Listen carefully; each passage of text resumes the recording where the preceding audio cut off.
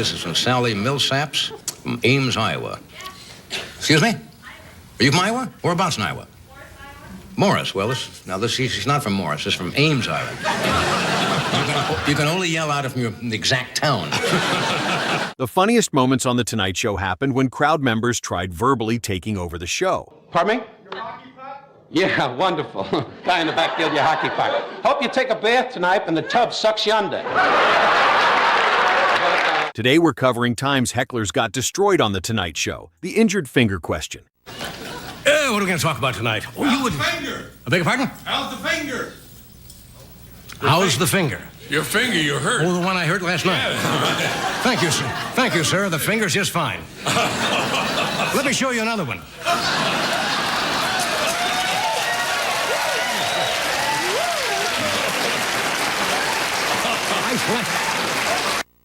An audience member interrupts the monologue to ask about his injured finger, and Carson lets it sit for a second before turning the attention right back to jokes. Don Rickles silences a disrespectful heckler. That's pretty deep.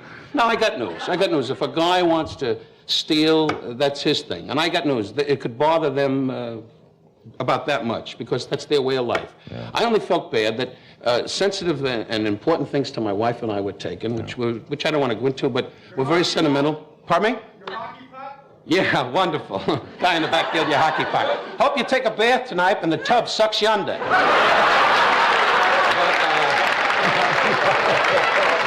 Don's quick comeback in this moment certainly solidified his reputation as the king of comedy roasts, the audience member who got more laughs than Johnny.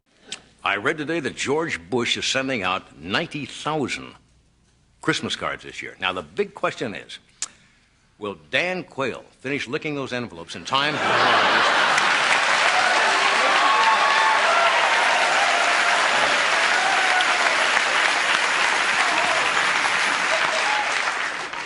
thank you for your support.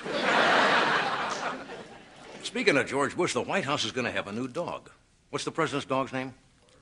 No, Rex, yeah.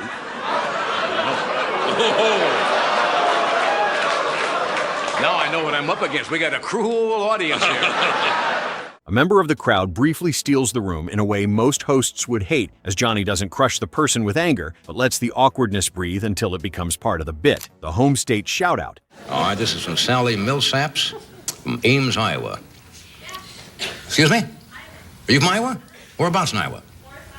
Morris. Well, she's not from Morris. She's from Ames, Iowa. You can only yell out from the exact town. Just because we mentioned the state doesn't... See, if you're from Ames, Iowa, you could go, yay, Ames, Iowa. But you're from where? Morris. No, that's... No, okay. No. Can't yell out if you're from Morris. Where is Morris? Whereabouts is Morris, Iowa? Northwest Iowa. By Sioux City. Yeah. You said it was all right.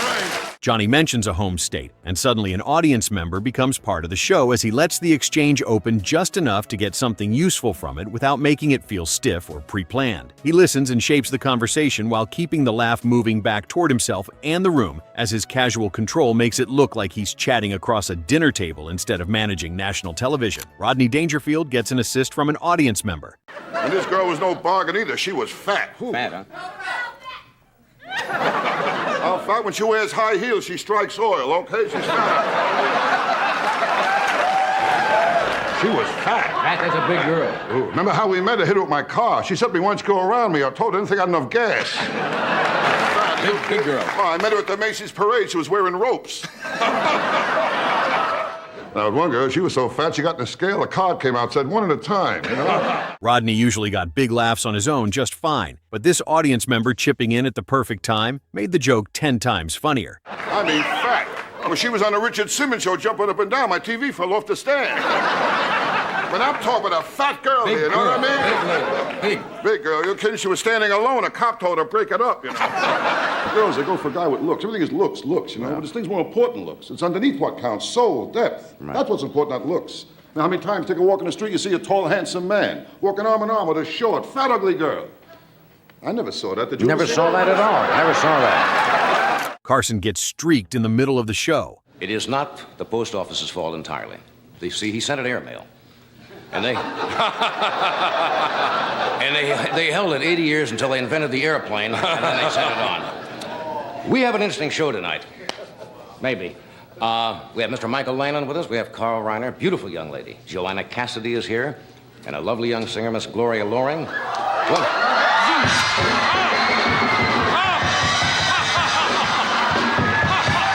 A streaker interrupting Johnny's monologue creates more chaos than a normal heckler, but tests the performer the exact same way as Carson reacts instantly, while the entire room's attention gets pulled away from him. I don't know what he's built up, but he doesn't use strings in the trunks. They're bolted onto him. Did you know? We are coming from Dean Martin's studio. Did you inform them of that? Yes, I did. I can tell because this is Dean's star, and his breath has melted some of the paint off of it. Well, let's go to the news and see if dear Abby has answered Nixon's letter.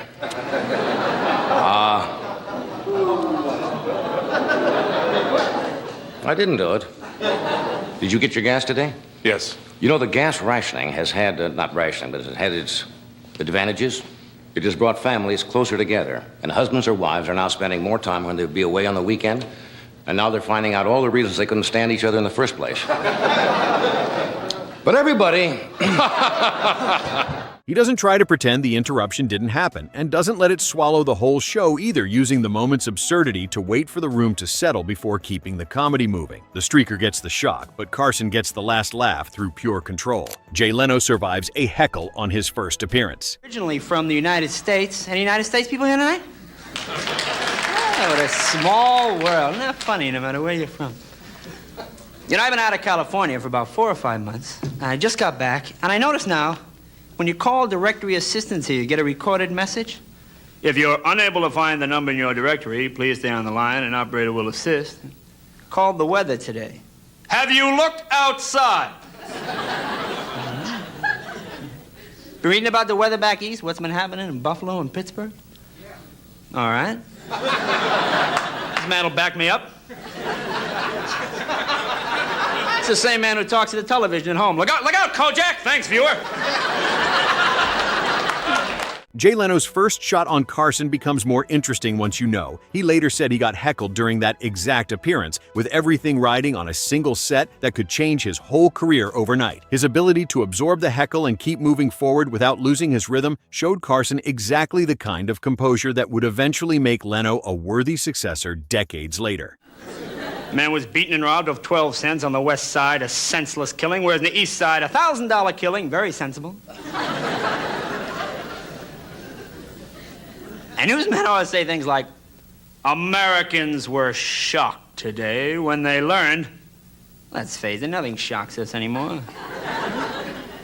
They just tell the truth. World came to an end today. Most Americans couldn't give a damn about the whole thing. Give me a hamburger and some gasoline.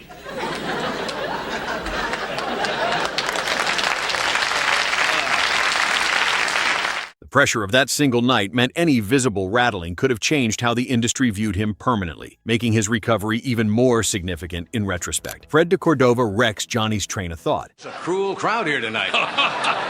Anyway, he talked about the Iron Triangle. Did you hear that? He was talking about the deficit, and the president says the deficit wasn't his fault. A beeper went off in the audience. See if you can call my writers on that damn thing.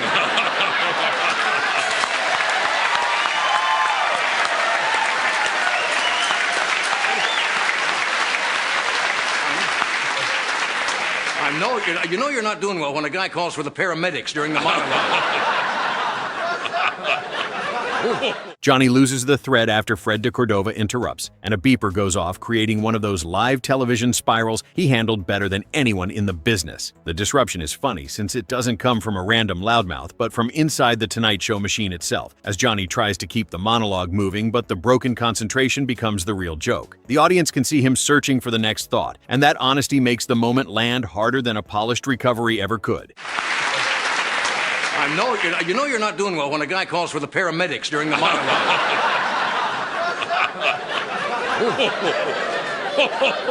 Anybody remember what I was talking about? He doesn't hide the mistake or pretend the show is perfectly assembled, letting the stumble breathe while laughing at himself and turning the whole studio into part of the recovery. The interruption wins for a few seconds. Then Johnny wins the bigger laugh by making the failure feel completely effortless. Don Rickles makes the whole room a target. Somebody better phone the laundromat. Aren't you getting a little old to wear Buster Brown outfits? Nah. Bless you, old-timer. You know, when they know it's over, they turn on you. Yes.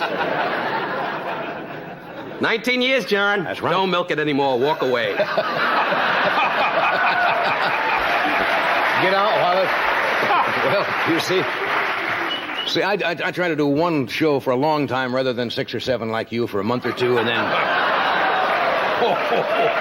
Rickles walks into this Carson segment like the studio audience already belongs to him without waiting for a formal heckler, since he creates the feeling that anyone in the room could become the next victim at any moment. That's what makes the clip fit this theme so perfectly, since the crowd's small reactions become fuel for his next attack, regardless of whether anyone actually said anything to provoke it. Carson understands the game completely and gives him space, letting the tension build without trying to soften it for the audience watching at home. Rickles' insults work through speed and confidence, so nobody has time to decide whether they should be offended before the next laugh hits, making any potential heckler's window of opportunity be gone with the wind before it even opens. The audience knows they're watching a dangerous comic, but the danger is controlled entirely by his timing, which is the specific skill that separated Rickles from anyone who tried to copy his style. It's less one heckler getting buried and more an entire room learning in real time not to challenge Don Rickles, regardless of how confident anyone might have felt walking in. Carson turns a cold monologue into a comeback. And leaves a kiwi in your Reeboks.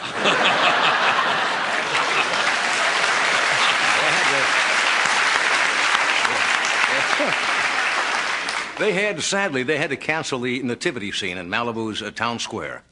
There was a real estate boom last week, and the manger went condo.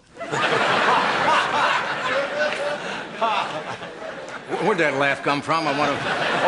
From the staff. And this morning, I really got in the Christmas spirit. I saw a small group of Malibu children faxing Santa their Christmas list from their car phones. It was very touching.